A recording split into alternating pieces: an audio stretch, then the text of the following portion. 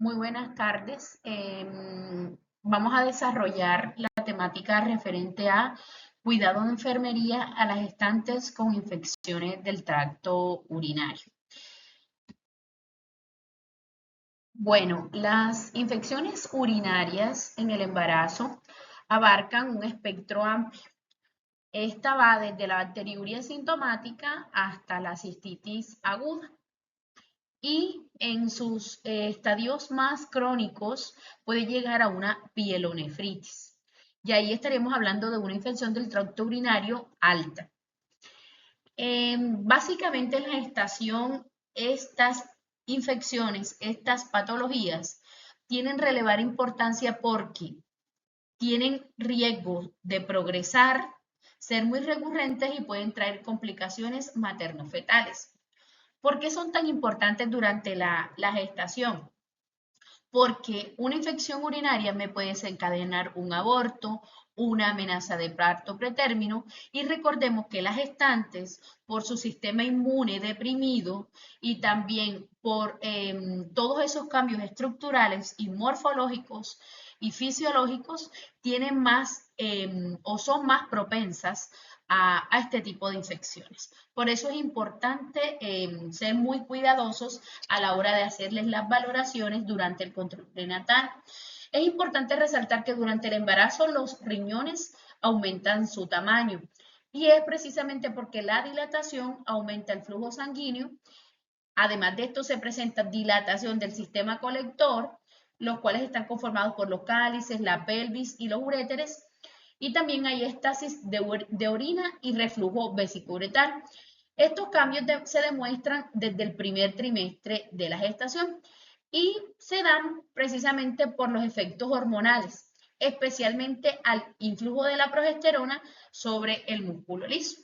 Entonces, por eso ya estar en embarazo ya nos predispone más a este tipo de afecciones. Bueno, los síntomas más comunes que puede experimentar una gestante con cualquiera de estas infecciones son en la bacteriuria asintomática, como su nombre lo dice, la paciente no presenta síntomas. ¿Qué es lo que nos va a ayudar a determinar la presencia de la bacteriuria? Un urocultivo positivo sin ningún tipo de síntomas y esta, o sea, la bacteriuria asintomática, suele detectarse y tratarse básicamente para evitar que progrese hacia una pielonefritis. O sea, se hace manejo de la bacteriuria sintomática de manera preventiva. Cuando hablamos de la cistitis aguda, entonces ya se presentan síntomas como cuáles: disuria, urgencia urinaria, polaquiuria, dolor suprapúbico sin signos sistémicos. Este dolor suprapúbico puede confundirse con un dolor pélvico y puede hacer pensar a la mujer que está sufriendo algún tipo de pérdida de la gestación. Entonces es importante explicarle a ella toda esta sintomatología para que mantenga la calma, pero que eso no haga que se quede en la casa sin consultar. Pielonefritis. La paciente puede experimentar fiebre y dolor en flanco, en la región lumbar, y también puede presentar síntomas urinarios.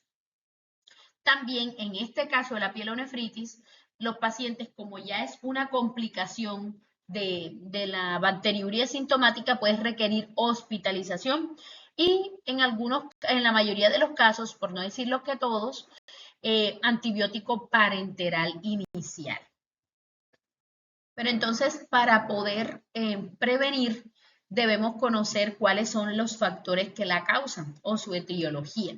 Entonces, entre la etiología y los factores que lo predisponen durante la gestación, el más importante es el uropatógeno más frecuente, que en este caso es la Escherichia coli. Otros que se encuentran también están la Klebsiella, Proteus y Enterococcus. ¿Pero por qué la Escherichia coli? Por la cercanía que tiene con el recto. Entonces sabemos que esta bacteria permanece allí y que cuando no se tiene una buena higiene o es inadecuada o lo hacemos de manera incorrecta, puede colonizar el tracto urinario. Otros factores que predisponen durante la gestación es el éstasis urinario, que básicamente, ¿por qué se da este? Por efectos hormonales y dilatación de los uréteres. y también por compresión mecánica. A medida que va avanzando el embarazo, obviamente el útero aumenta de tamaño y la compresión se hace aún mayor. Entonces, ese útero aumentado de tamaño comprime el tracto urinario y hace pues que esa compresión mecánica predisponga más a las infecciones del tracto urinario.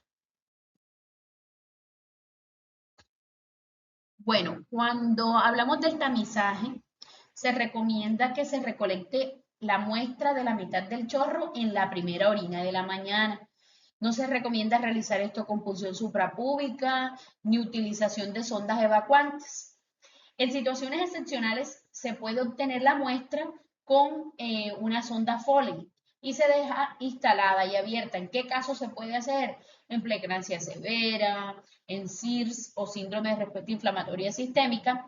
Y aunque el citoquímico de orinas resulte normal, el urocultivo puede ser compatible con bacteriuria sintomática. ¿Cómo se determina que es positivo para bacteriuria sintomática? Cuando al menos tiene 100.000 unidades formadoras de colonias de bacilos gram negativos como el Escherichia coli, la Klebsiella y el Proteus.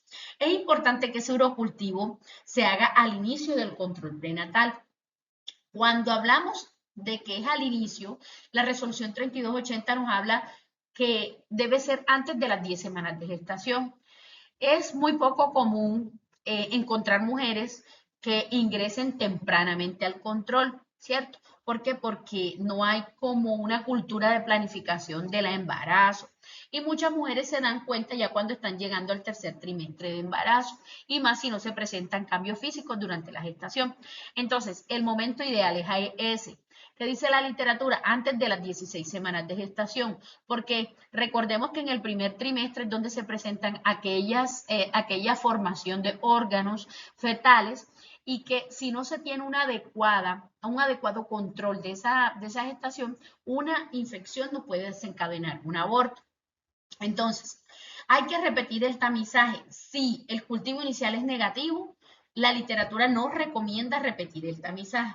Pero si por el contrario la paciente salió un cultivo positivo y se trata la bacteriuria, entonces en ese caso se debe hacer un cultivo de control después de terminado el tratamiento farmacológico.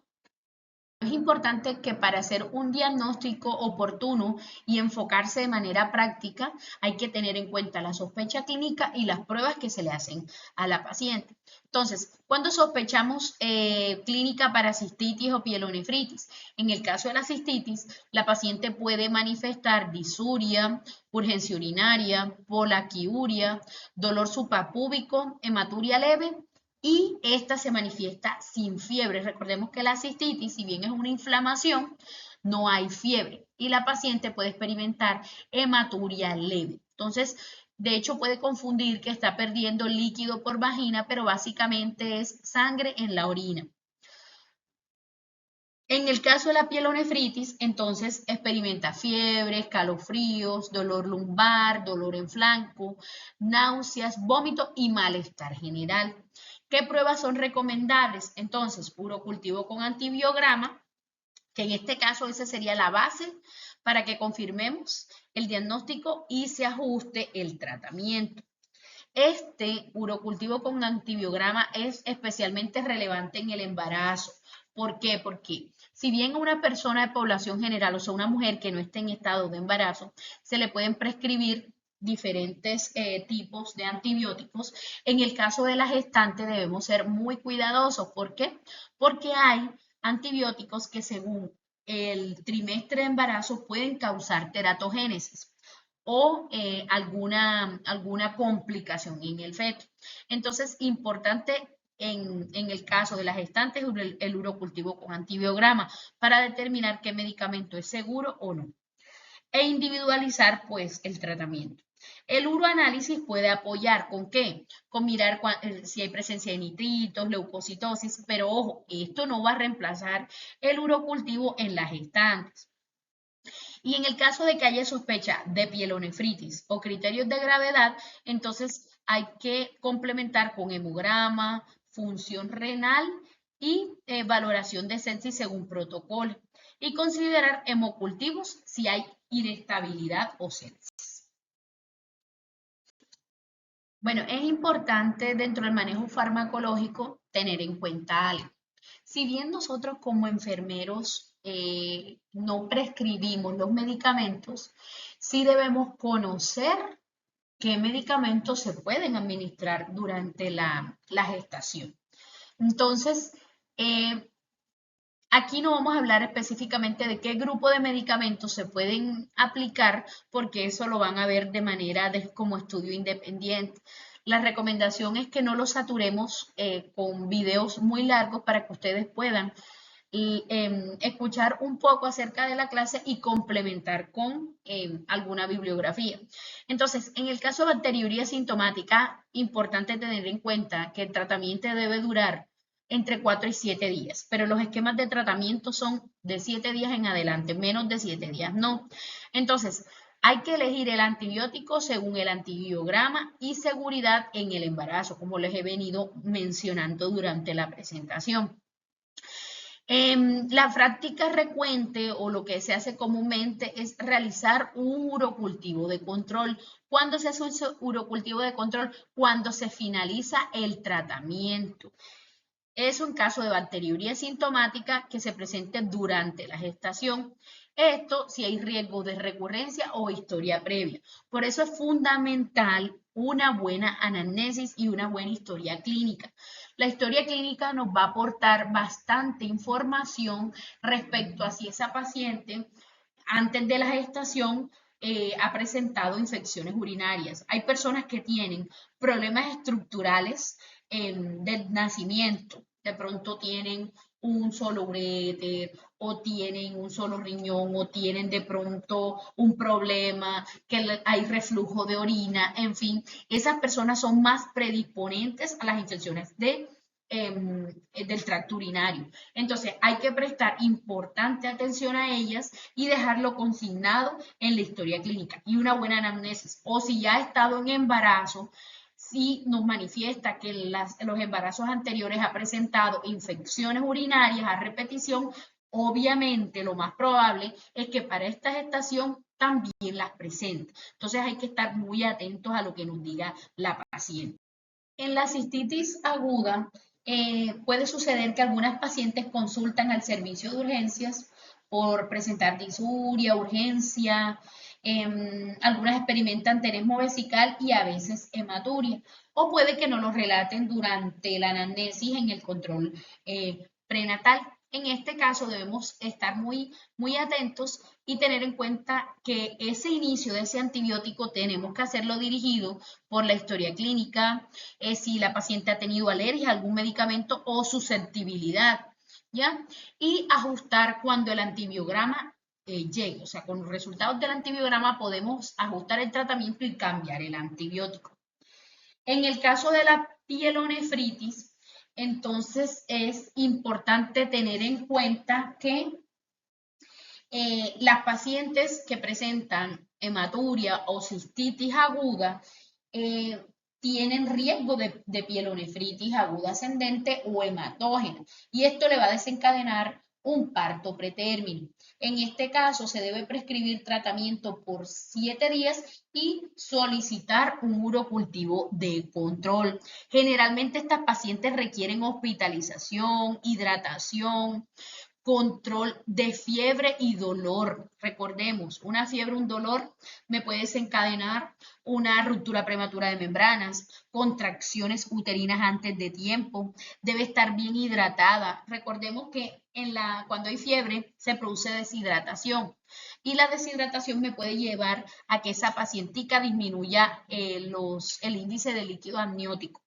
Y eso se me convierte en un riesgo para el feto. Entonces es importante evaluar si tiene signos de sepsis la paciente. Esa paciente se debe manejar con antibiótico parenteral y se puede cambiar al oral, pero cuando ya veamos que la paciente tiene mejoría clínica. En ese caso sí. Y que esta mejoría sea sostenida. No es que la paciente me lleve 2 días con fiebre y al tercer día me hizo fiebre, entonces le cambia el antibiótico. No, que la paciente esté afebril, que la paciente no esté inestable hemodinámicamente. Entonces, ¿cuánto debe durar? Como les mencionaba, dicen que aproximadamente de 7 a 10 días en pielonefritis no complicada, pero si la pielonefritis se complica, entonces ya el tratamiento se puede hacer más largo, ¿ya? Y puede traer severidad y complicaciones.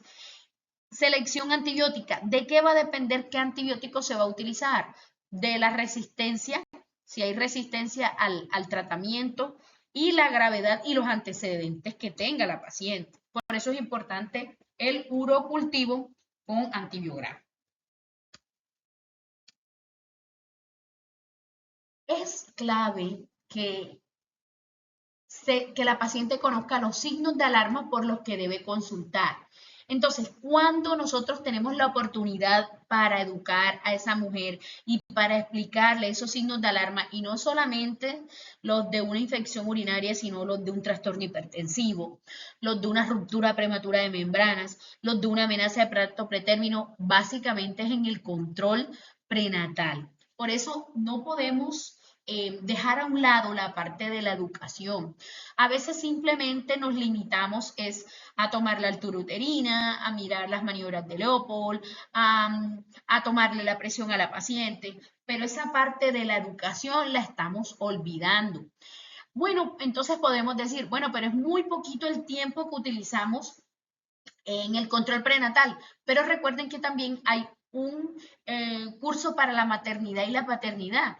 ¿Qué tal si dentro de esa temática que preparamos para esas mujeres, preparamos lo de hablar de signos de alarma, de las diferentes patologías? ¿Por qué? Porque soy consciente que dan poco tiempo durante el control prenatal y en ocasiones pues se nos va el tiempo llenando historia clínica, tomando datos o explicándole cómo debe tomarse los micronutrientes, en fin, entonces olvidamos la parte educativa o simplemente le hablamos de la lactancia materna y olvidamos esos signos de alarma que pueden hacer que la mujer tenga que consultar por urgencias. Entonces, ¿cuáles son los referentes a las infecciones del tracto urinario? La paciente presenta frío, fiebre, escalofríos, dolor en flanco lumbar, vómito persistente o intolerancia oral.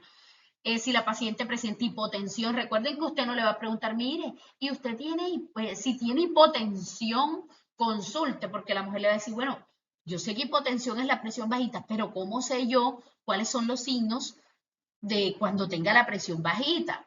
Porque así le va a expresar ella. Ella no le va a decir hipotensión, sino presión bajita. Entonces usted ahí es donde usted le va a explicar cuáles son los signos y síntomas de una tensión baja, ¿cierto? Si la paciente se siente taquicárdica, taquipnea, entonces usted le explica, la taquipnea es esto, la taquicardia es esto. Si está confusa, si hay oliguria, estos últimos signos, perdón, nos pueden alertar sobre una sospecha de sepsis. O sea, lo ideal es que la mujer no llegue a ese punto, ¿cierto? Entonces, en este caso, es importante que le expliquemos eso para que la mujer inmediatamente se sienta con fiebre y escalofríos, consulte y no llegue al punto de que estemos sospechando una sepsis.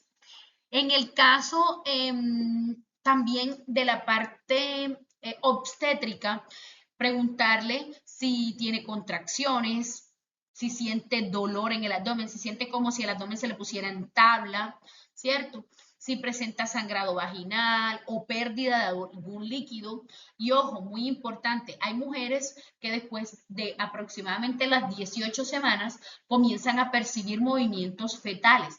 Entonces, en ese caso, bueno, usted siente que se le mueve el bebé, sí, pero resulta que desde ayer yo siento que mi bebé no se me mueve, estoy experimentando esto, me siento la barriga dura, me siento un dolor bajito. Entonces, esos signos me pueden a mí alertar sobre una posible complicación o una posible afección para esa paciente.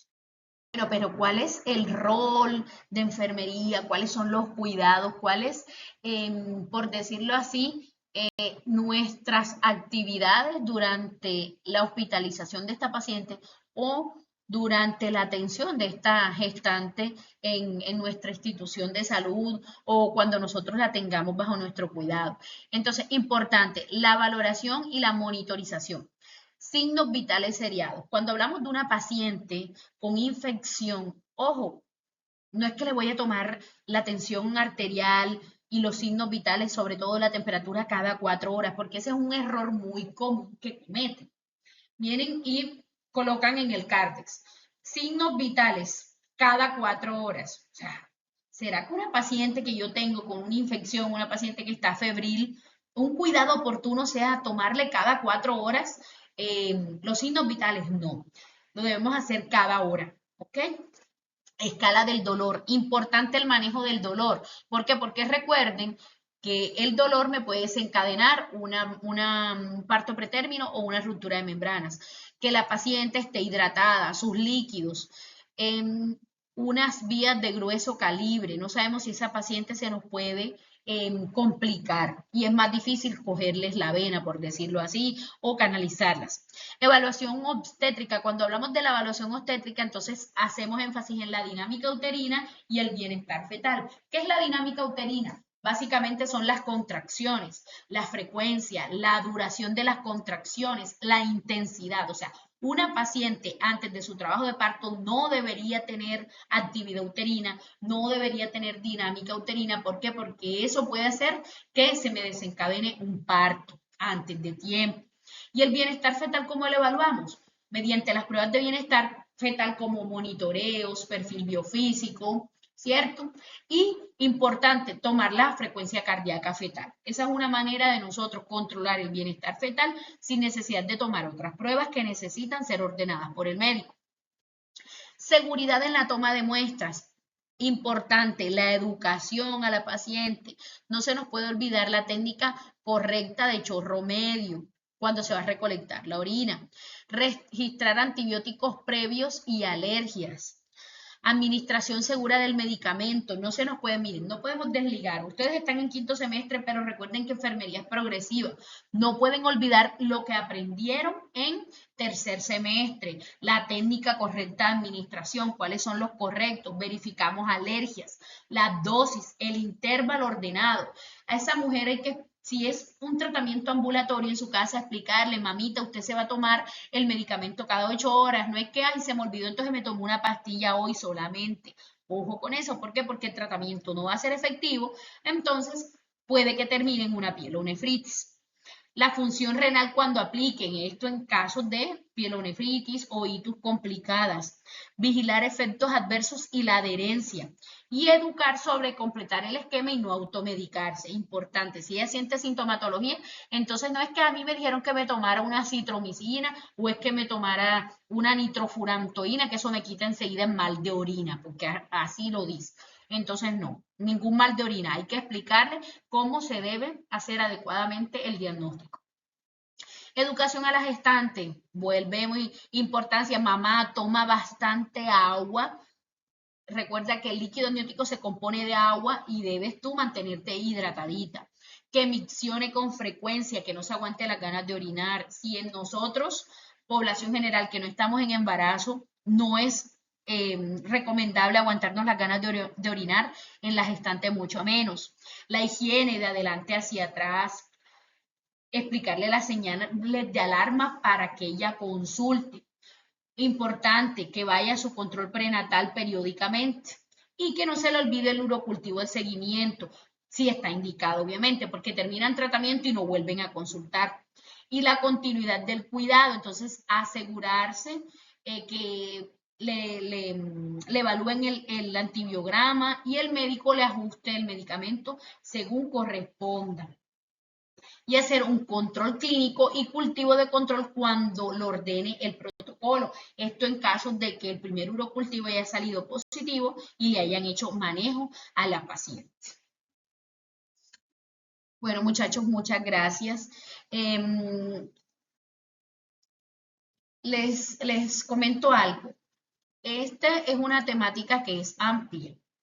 Simplemente con estos videos nosotros hacemos como un pequeño resumen de la patología. ¿Con qué fin se hace? Con el fin de que ustedes puedan mirarlo en un momento corto y puedan ampliar la información con los documentos que se les van a subir a Cintia. Entonces, cualquier duda, cualquier pregunta que surja del tema después de la lectura de los documentos que se les va a enviar, les agradezco me la hagan saber. El coordinador del curso tiene mis datos de contacto y también pues pueden acceder de la plataforma, pueden acceder a mi correo electrónico. Entonces voy a estar atenta a cualquier novedad, cualquier comentario que ustedes tengan. Les agradezco mucho y que tengan un excelente resto de tarde.